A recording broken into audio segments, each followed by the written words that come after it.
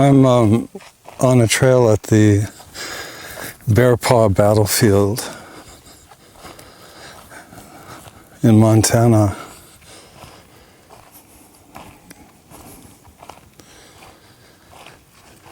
And I can't even begin to speak with any authority about anything to do with the Nez Perce.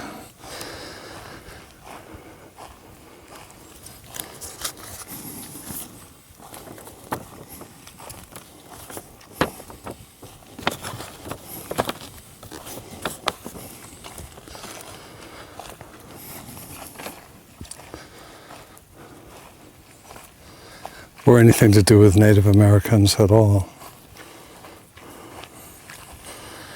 But I can tell you that it's deeply moving to be at this place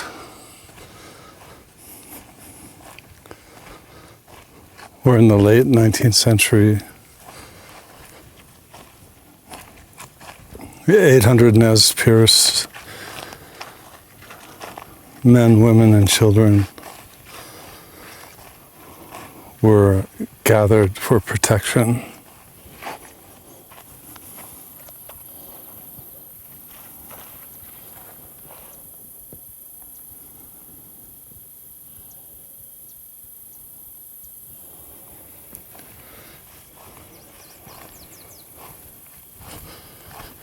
They were fleeing to Canada,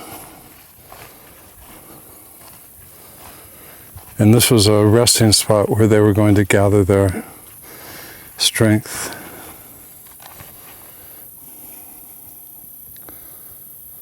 It's a very hot day, and I just felt a sharp coolness, a sharp change in the temperature.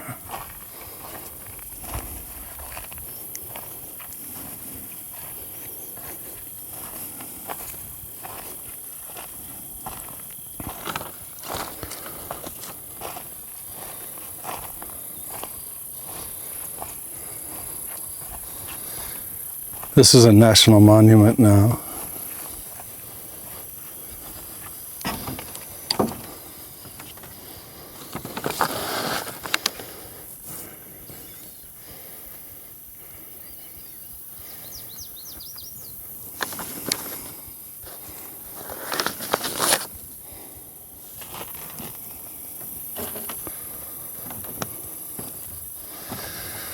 This little creek is called Snake Creek. And it's definitely cool here.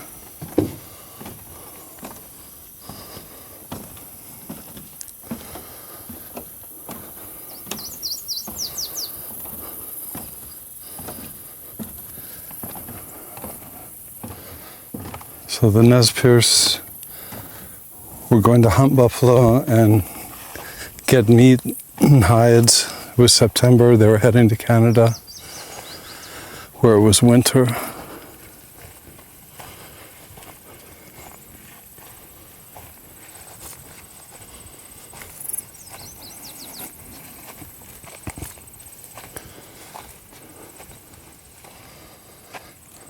And this is how they were, supposedly.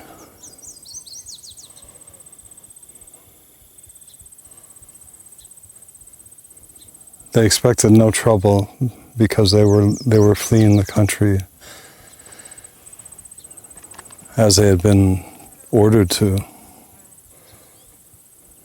The military had been chasing them and they had gotten ahead. They weren't resisting.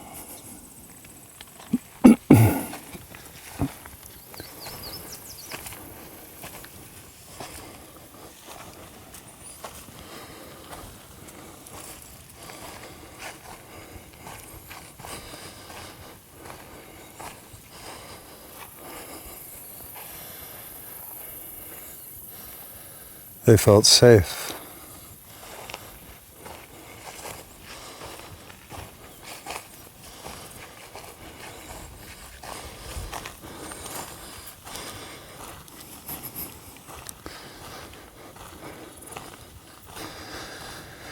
Their teepees have been destroyed at their previous encampment by the army. Two of their sages expressed fear that they had visions of an attack that was to come.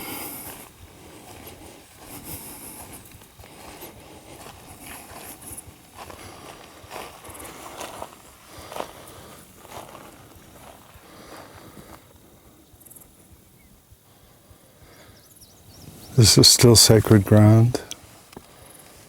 Will always be sacred ground.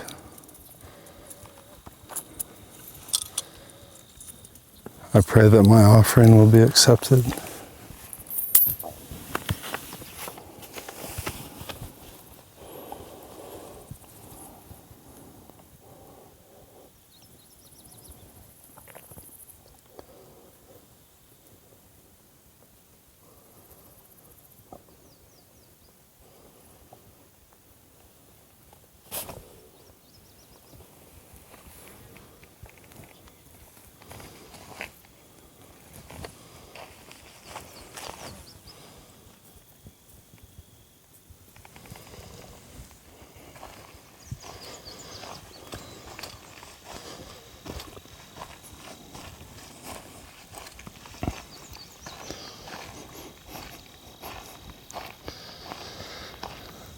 All the land I've been on this entire trip has been land that was stolen from others.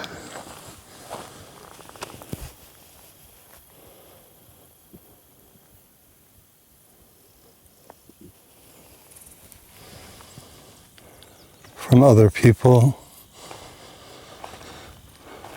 other animals.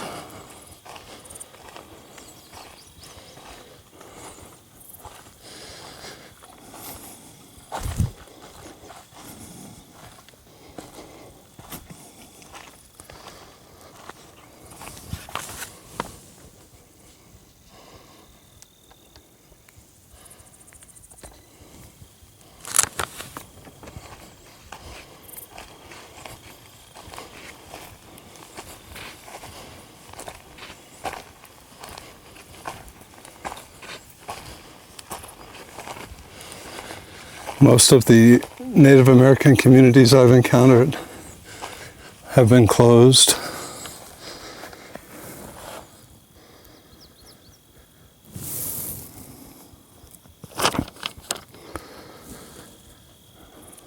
They've been decimated by viruses before.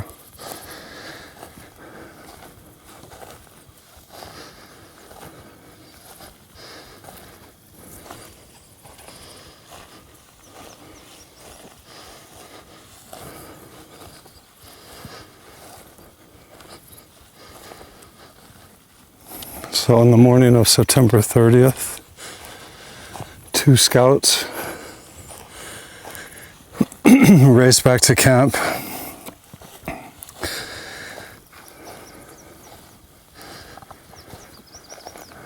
They said there were stampeding buffaloes and stampeding soldiers.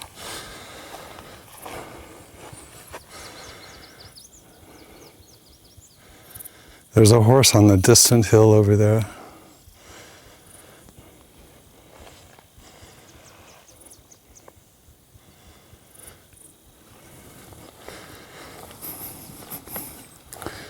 Children were playing, throwing mud balls, hitting them with sticks. One witness said, "I looked up and I saw a spotted horse, a Cheyenne warrior wearing a war bonnet, come to the bluff above me. He was closely followed by the troops, the federal troops. The children ran back to the camps, hurried to the gulch. Yellow Wolf, one of the leaders, the Nez Perce, ordered them to get the horses, to save the horses, because he knew they were vital to the effort."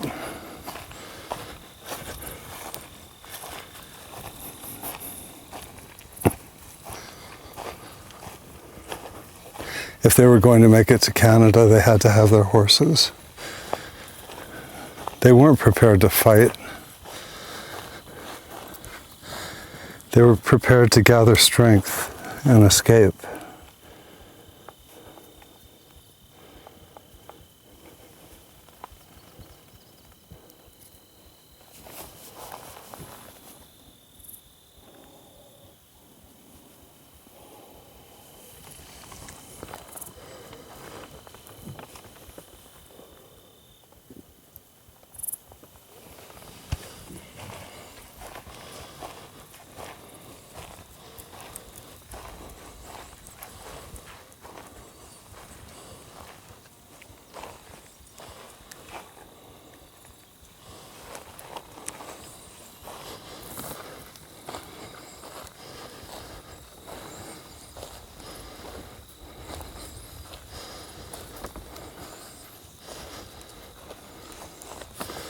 The battle began and the Nez Perce were under siege, surrounded on all sides.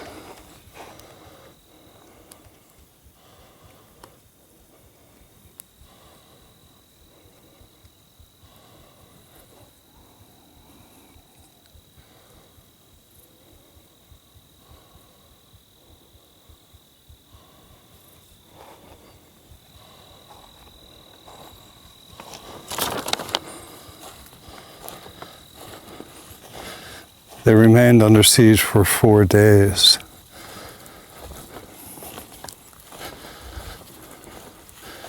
They fed the children first, and then there were 3 days without food. Children cried with hunger and cold. They could only get to the creek at night to get water.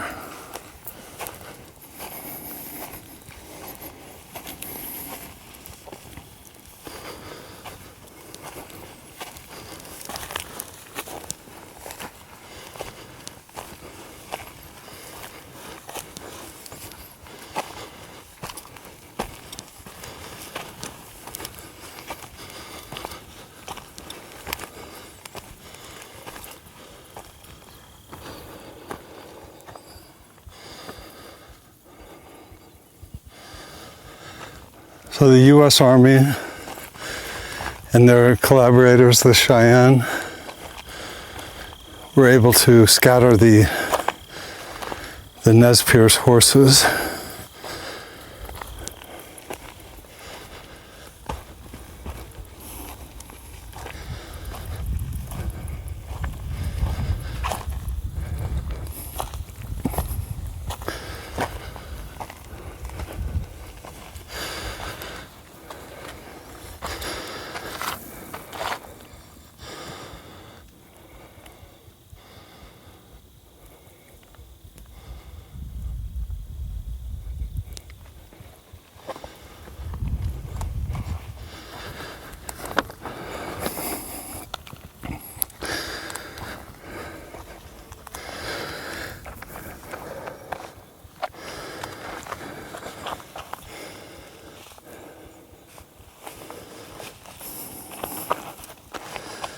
The Nez Perce warriors met the soldiers here on this bluff.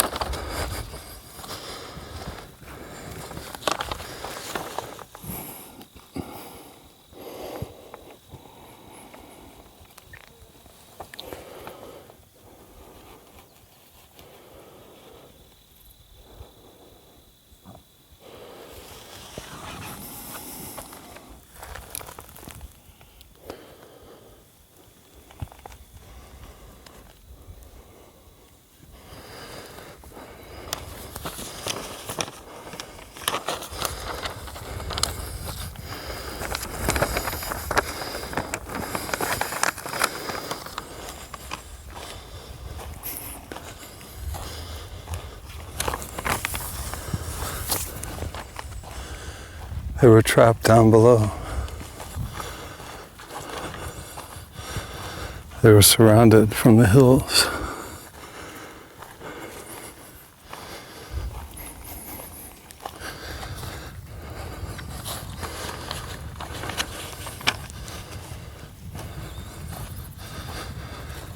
So I read you the story,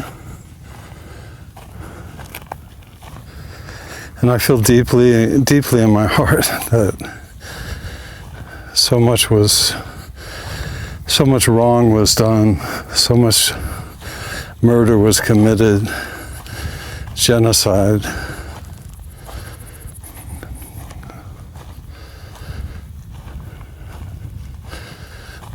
And the effects last to this day.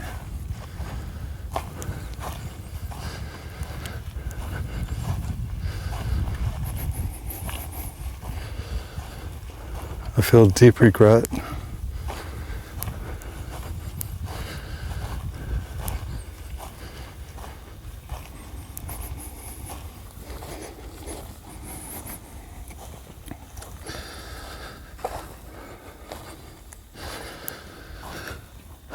On October 1st, Chief Joseph of the Nez Perce met Colonel Miles of the Army to negotiate peace. As the meeting ended, Joseph turned to leave, and Miles called him back and put him in chains. He called him back from a negotiation as he was leaving and put him in chains.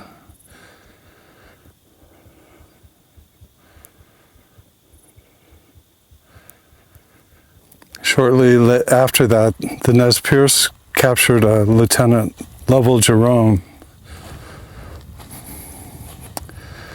and kept him loosely restrained. You know, he could walk around in the camp. The next day, the two sides exchanged their prisoners.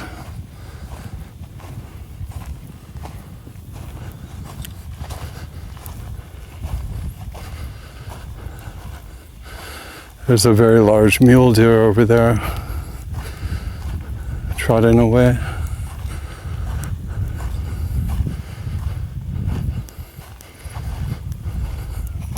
Very well camouflaged, that deer.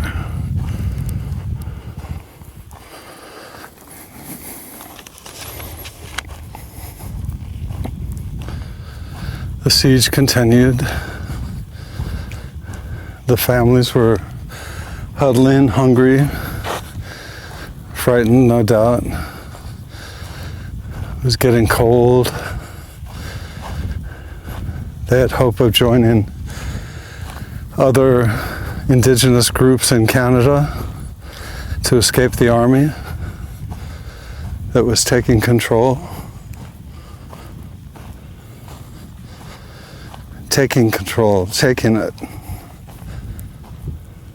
It's an echo. Take. Take, take, take.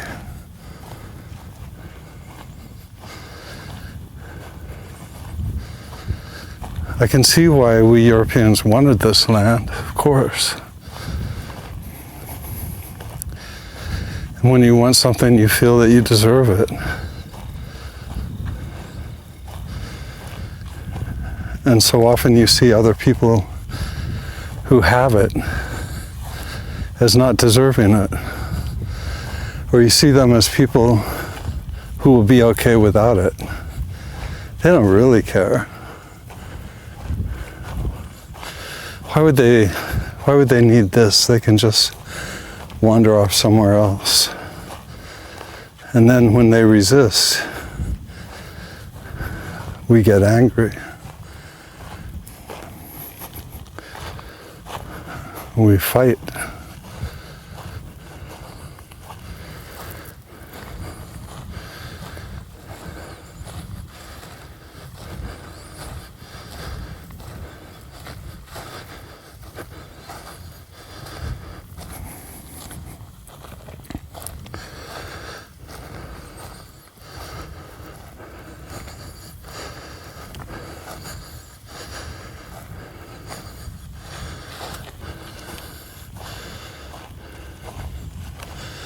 The attack came here.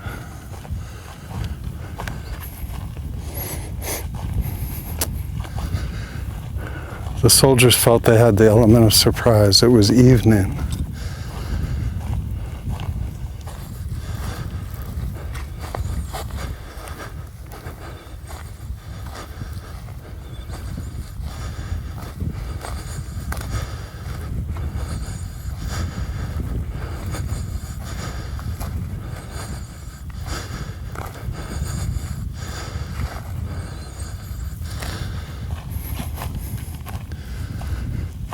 Strangely enough, the Indians fought back. They knew they were coming.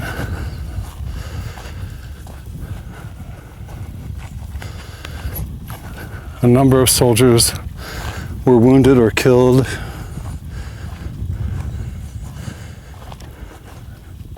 And ended up in this gully that we're going to now.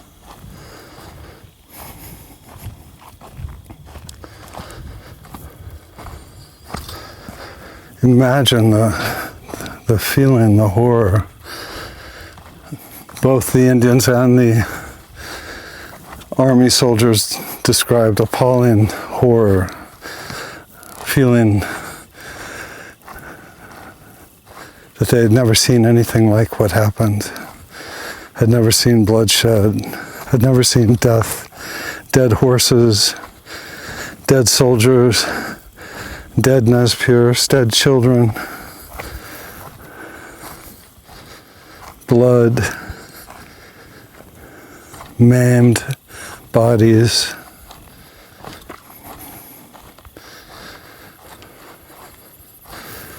Many soldiers lay here all through the day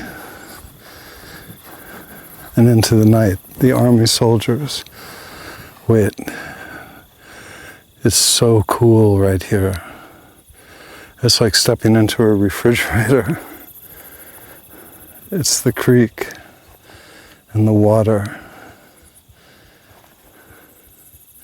The shift in temperature is so startling. Wet, beautiful. The soldiers must have appreciated this as they lay bleeding to death.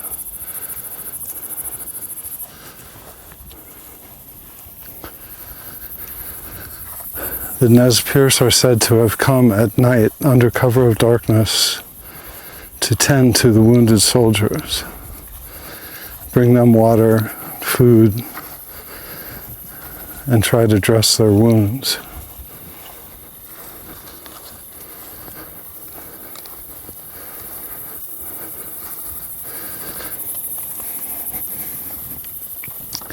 One warrior gave a blanket to a wounded soldier. Why did they do that?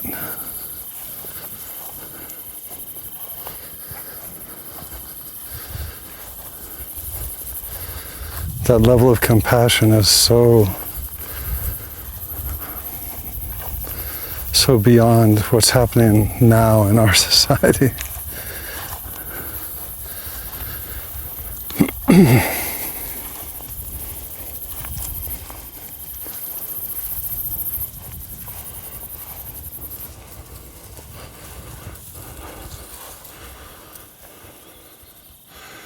There's a very large hawk right there.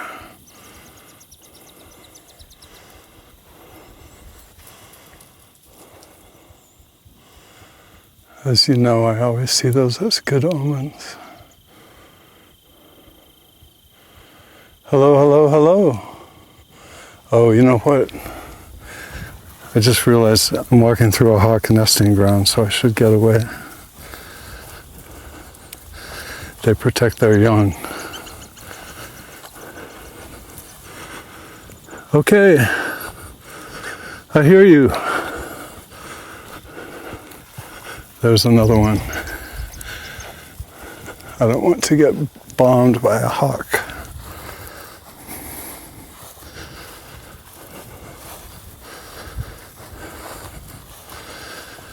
They nest in the grass here.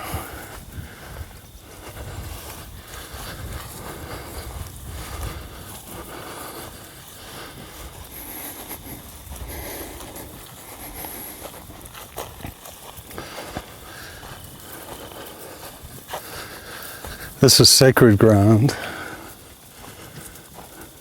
and it's the hawk's ground.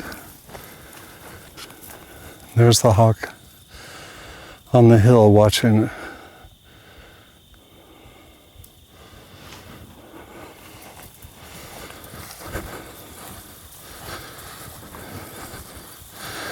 So the army regrouped, and they kept fighting on the bluff overlooking the camp.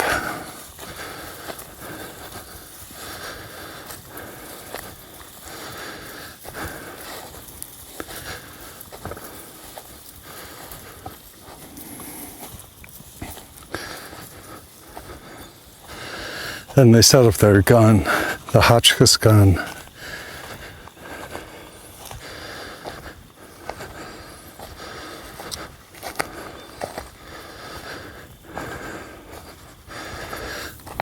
The Hotchkiss gun proved too much.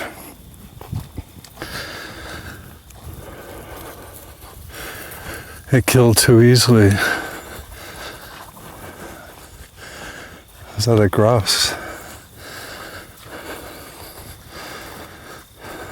On October 5th, I believe that's 6 days after the assault began,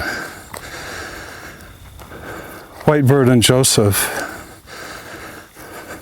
the two remaining leaders, hereditary leaders, met with the army to surrender. The army made promises, and Whitebird mistrusted them and refused to surrender. And with 30 others, he escaped to Canada that night. Joseph remained, told the remaining Nez Perce that he was ending the fighting in order to save his people. At 2 p.m. that day, he handed over his rifle to Corporal Miles, and he said, "From where the sun now stands, I will fight no more, forever." And the siege was over. It's not known how many died. But this is a battleground and a burial ground. And it's very little visited. It's in a remote part of Montana. I drove 100 miles on a dirt road to get here. There's a much quicker way.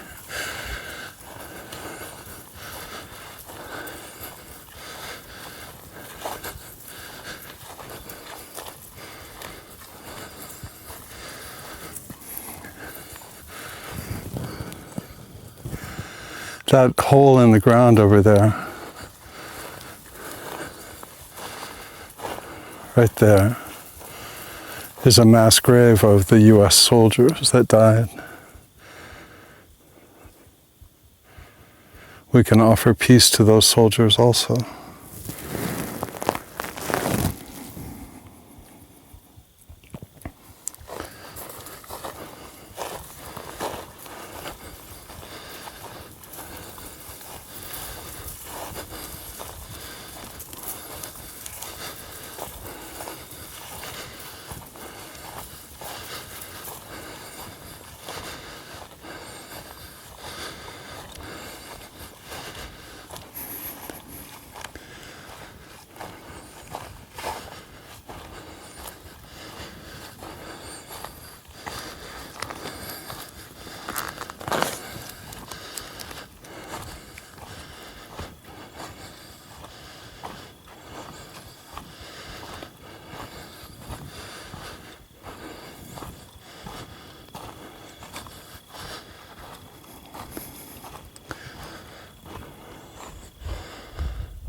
The sun is going down.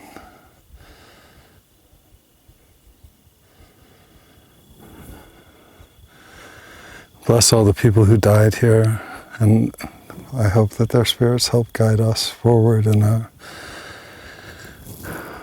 rational and caring way, which I haven't seen too much of in this country lately.